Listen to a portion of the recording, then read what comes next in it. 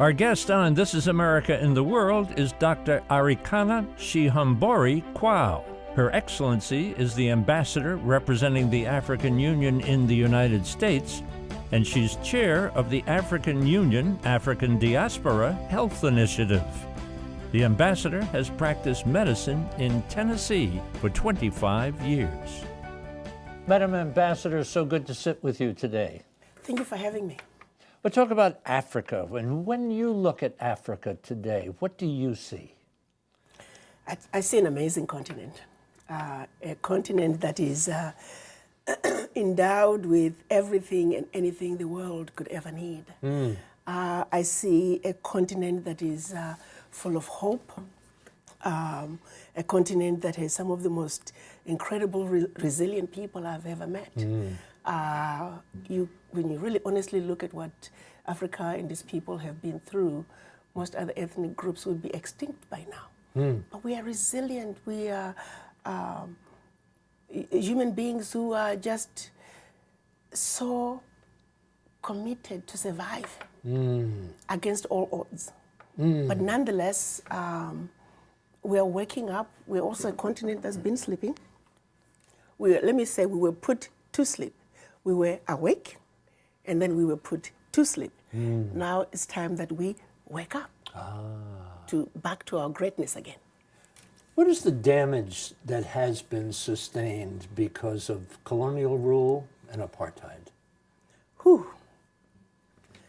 Let's go back to, I guess when you look at colonialism and when it was finally just organized in a way that we would then have the Africa that we have today.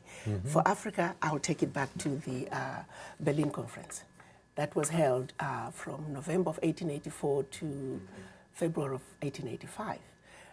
As you know, most people don't realize that the European nations were just haphazardly going into Africa and just stealing from the local people, and pretty soon they started stealing. The British would steal from the French, and the French would steal from the Spaniards. And pretty soon they were fighting each other. So the then Chancellor of Germany, Bismarck, in his efforts to prevent the European war on the African soil, he reached out to his sidekick, King Leopold of Belgium. And at that time, as you know, Belgium, King Leopold was wreaking havoc in the Congo. People are not aware that over 75% of the Congolese population was killed by Leopold. He actually claimed Congo was his own personal country. He owned it individually, not as Belgium. So he called Leopold and said, hey, we got a problem here. Can we come together and see if we can organize the manner in which we're going to loot from these people? So that's really how Berlin Conference was called together. So they brought all the countries that were making this mad rush into Africa so they could organize how they were looting the continent. So really, the Berlin Conference was not called for in order to make Africa better, but rather to see to it that they organize themselves so they can effectively exploit the Africans and also make sure that the continent and its people are forever defeated and dominated. Does the looting go on today? Oh, yes. The looting continues, but it has put on different clothes. Now, there's something else they did during the Berlin Conference. Because remember, after they had traveled around the continent, found some of the most powerful kingdoms with well-established educational and religious systems. I mean, the African people are just resilient. When you get to know the Africans, you understand the African spirit. And they knew that if they continued the same way they were going, they would never defeat the Africans. So they set in place a system of colonization and making the Africans believe that everything that was African was bad and everything that was European, particularly British and English, was better. So the seed of divide and conquer was also sown during the Berlin Conference. And they knew, just give it a generation or less, these people, not only are they going to be so divided, because they chopped us up into these small economies that really could never survive on their own. You take a country like Equatorial Guinea, Central African Republic, Malawi, Rwanda, Burundi, you know, they're economies that even if they struggle and begin to do better on their own, if the master decides you're becoming too smart, they're very easy to destabilize. Wow. And that's exactly what has been going on in our Africa. So Berlin Conference, people don't realize it was designed to see to it that the Africans are forever defeated. So for those who turn around and say, but Ambassador, don't talk about the Berlin Conference, it was a long time ago. And I'll say, as long as we have a country called Malawi, a country called Zimbabwe, a country called Central African Republic, all the African countries really for that matter, Berlin Conference is alive and well. Because that which they set out to do 123, 24 years ago, it's still in place. Nothing has changed. So how can they say Berlin Conference is a thing of history, don't talk about it? No, what's really sad and what should disgust the world is to say this policy was put in place 123 years ago and it is still in place and nothing has changed.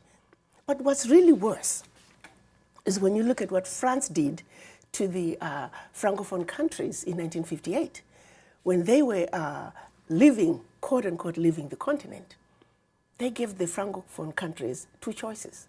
You can be independent with some affiliations to France, or you can be independent with no affiliations to France. Well, Guinea and Mali said, we're done with you, France, goodbye, leave us alone. That's how we had the first ever known union of any African states. They went into those two countries, took everything that they thought they had brought to them. History tells us they even took the last cup, teaspoon, chair, and proceeded to pour concrete into the sewage pipes, completely devastating the two economies, simply because they refused to be affiliated to France. But what they, and also the Sékou Touré, then president of Guinea at that time, he looked at the pact that France was making the Francophone countries sign. It was called the Pact for the Continuation of Colonization. He refused to sign it. How many countries in Africa? Now we are sitting at 14 Francophone countries that are still held on to this pact. So in the 50-some countries in Africa altogether, were they all colonized? Yes. By different countries? Different countries. The majority of the countries went to France, yes, Britain. We have Portuguese, we have Spanish, and those are the main ones. We used the word looting before. Yes. The looting continues to this day? To this day, it continues, but it has a different name. So tell me what the name is. Well, the exploitation of Africa continues. Again, let me go back to the Pact for the Continuation of Colonization, which is the biggest one.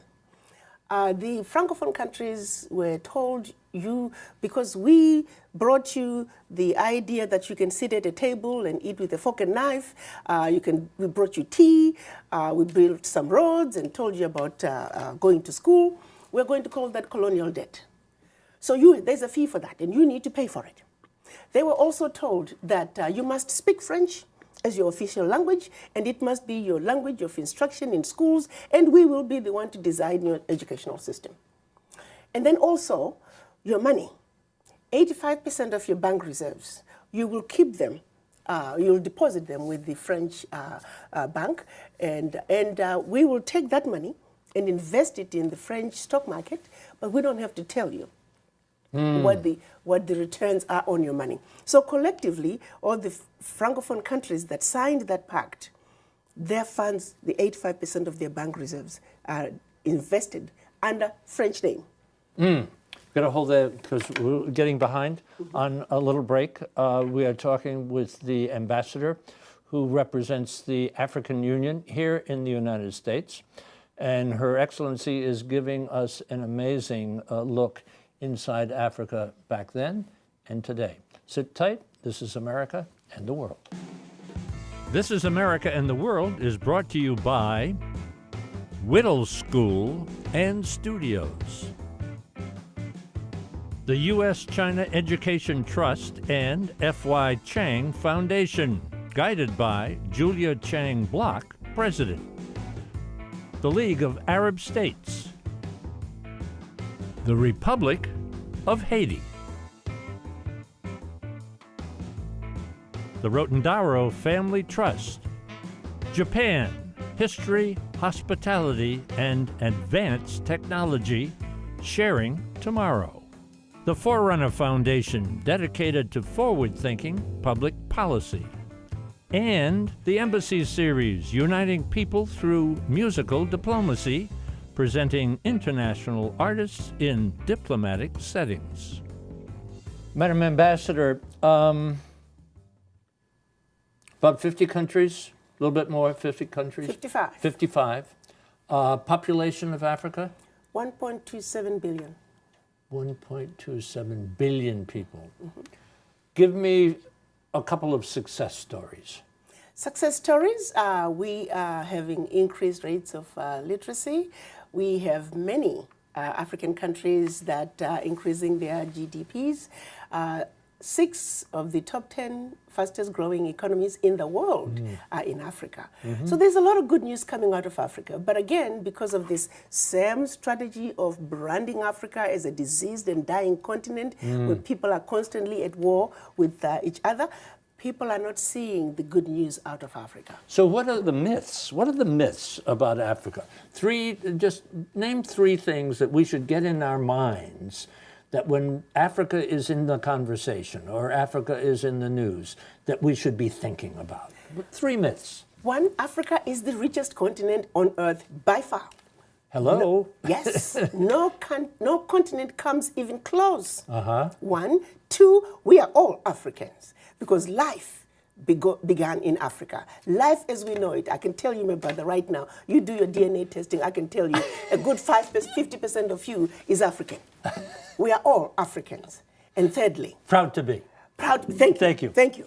And then thirdly, I want everybody to know about the wonderful news coming out of Africa. Remember we were talking about the Berlin Conference, how we were designed to fail through these little countries we were divided up? Well, guess what? Game is over.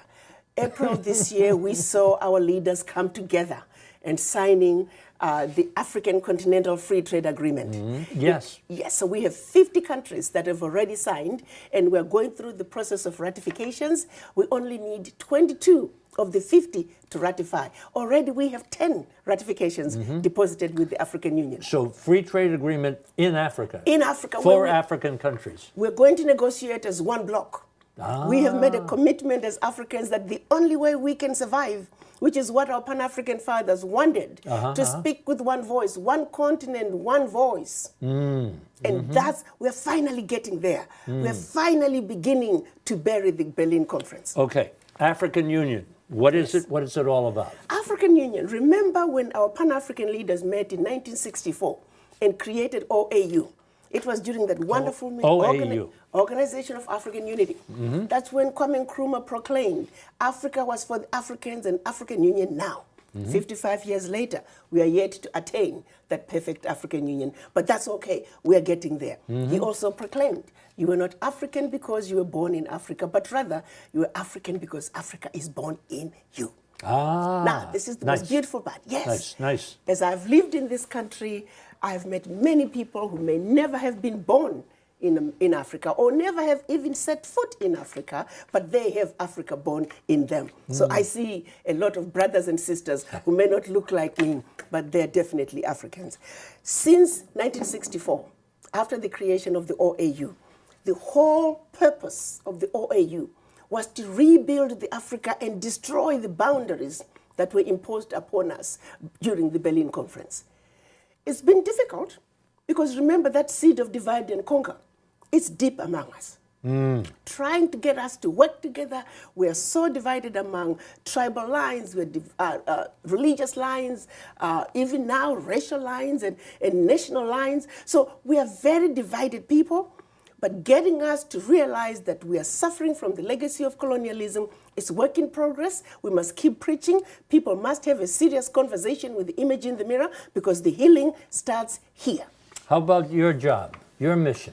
My mission, I have sent here by the 55 African heads of states and my chairman, Musa Faki Mahamat, 2 major mandates: to promote Africa in the Americas and also to strengthen the bridges between Africa and the Americas and to bring the children of the diaspora back home. There are challenges, of course. Yes, there are. Poverty still. Yes, very much so. Conflict, literacy, but education, moving along. Health, you're a physician. Serious. You're a physician. That is a serious problem. People are not aware. If all the continental African doctors were to return home today, we're only going to meet about 20% of the need. Africa needs at least 1.2 million doctors today. So as you can imagine, no amount of money put into healthcare in sub-Saharan Africa is going to deliver the desired results because the capacity is simply not there. There are more African doctors, Ghanaian African doctors, in New York City alone than in the whole country. The same is true with Nigeria and many other countries. The same is true with education and all other sectors. The capacity that Africa needs to take its rightful place on the world stage is in the diaspora. And this is because of the brain drain. And the brain drain goes back to starting with the ones that came across the Atlantic in shackles, followed by the ones who came across the Atlantic in search of greener pastures.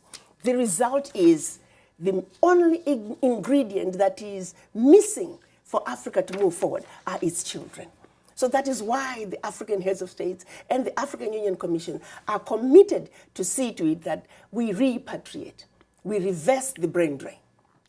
This is a heavy-duty sentence that I've picked up in some of your interviews, past interviews. It's not easy being a black person on Earth. It is not. Can you talk about that, please? In my own humble opinion, I like to say the most endangered species on Earth is the black man, followed by the black woman right above them. It doesn't matter. You just have to be. You simply just have to be. I can tell you one experience I had not even long ago. My daughter got married, and it was in Maine. And after the wedding, the wedding party wanted to go to a nightclub. Now, the only black people were my son, my daughter, and another guest, another young black girl. Anyway, and the rest, she married a white guy, so the wedding party was his friends from high school and college. Well, the young kids were already drunk. So when they were trying to get into the nightclub, there were about 15 of them, and the police were called. But my daughter heard them say, and my son is very tall. And so there's a tall black guy and a young lady in a pink dress. They were the only two black people. And when the police came, they wanted to talk to those two. But the question is, they're all here. So fortunately, one of the bridesmaid, she's a newly graduated Harvard lawyer, and she walked right up to the police and said, "I want you to know I'm a Harvard lawyer. I have you. I'm recording you. Go right ahead." So the police completely changed their demeanor. Sure. But what was called in were the two black people. Sure. They were not even drunk. It's the rest of the party that was drunk. But so you don't have to do anything. Sometimes you just have to be. Yeah. Just be yourself and you're in trouble. But really what gets me mad is, even on the continent, we get abused on our own land simply because of the color of our skin. So it's really something that I would like for people to stop and think about. When are we going to be free as black people? I want to insert one other thought into the conversation. And what we're talking about now is very important. You've been practicing medicine in Tennessee for 25 years? Yes. Yep.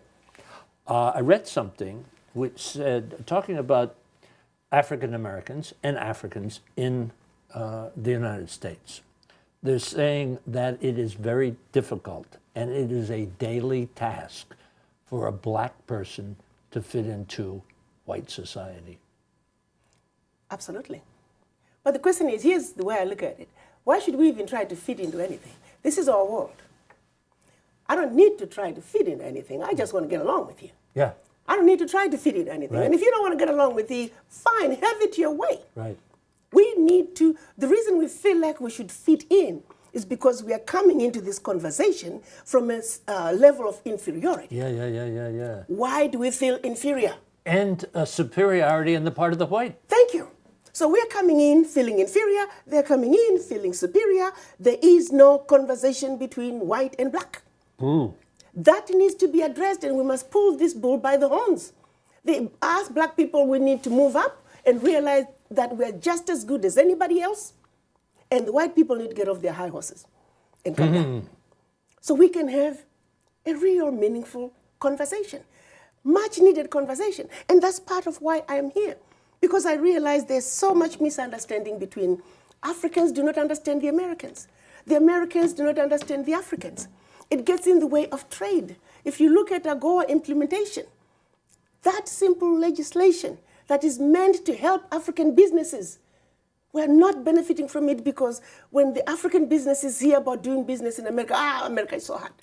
No, honey, it may be a lot of papers, but all you gotta do is cross every T and dot every I, one page at a time, and you'll get it done. But because it's America, there's a wall that falls, and it's difficult. You're representing the African Union in the United States. Correct. On a scale of 0 to 10, what's the relationship between Africa and the United States? I can honestly tell you right now, and I'm preaching whenever I have an audience to preach, America is still the most preferred trading partner by Africa. But my biggest fear right now, I see America slowly losing its place. I often say... Its place where? In Africa, in terms of being preferred. Because America is still... On a scale of 0 to 10? On a scale of 0 to 10, America is still number one. Well, that's the desire, but how would you say the relationship is between the two countries? Number one? It's still good. That's what I'm saying. So caution is to say, America, in order for you to maintain your position, this game is a new game. You need to call for timeout. You need to re-strategize. President Trump is a businessman. Yes. How do you sell a businessman on the importance of Africa? Well, I think President Trump is a businessman who likes to negotiate, and he wants to always end up with the upper hand, and I don't blame him. That's why Americans appointed him. He is there to come out with the best deal for America, period. And he wants to get that deal by any means necessary. We, the Africans, must also stand up and realize that if you're going to negotiate with America, you better be on your P's and Q's. You must have all your antennas up and be ready to fight, because the Americans are not going to come in and let you just beat up on them. But at the same time, let me look at it this way as well. Going back to the Berlin Conference, we are already at a disadvantage. How do you take Togo and put Togo in the same boxing ring with the United States? You're taking a heavyweight fighter and putting them in the same ring with not even a lightweight fighter, but a wannabe boxer.